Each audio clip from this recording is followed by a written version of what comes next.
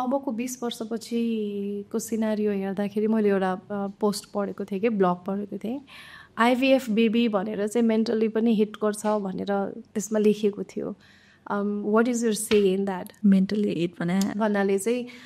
म चाहिँ normal baby होइन म चाहिँ आइभीएफ बेबी हो मिरेकल बेबी हो जस्तो गरेर चाहिँ अलिकति डिफ्रेन्ट हुन्छ सिनारियो भनेर लेखिएको थियो कि त्यसमा फर्स्ट आइभीएफ बेबी चाहिँ युकेमा 1978मा भएको थियो भनेपछि एज धेरै नै भइसक्यो फिमेलको होइन अराउन्ड 34 होइन आई थिङ्क 48 भइसक्यो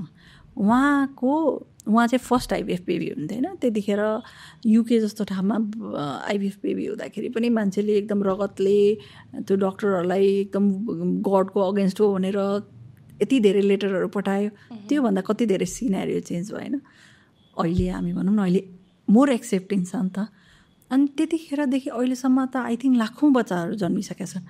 अनि त्यो बच्चाहरूमा रिसर्च गर्दाखेरि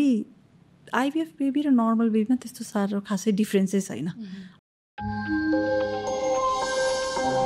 केही समय सखीसँग कन्भर्सेसन्स द्याट केयर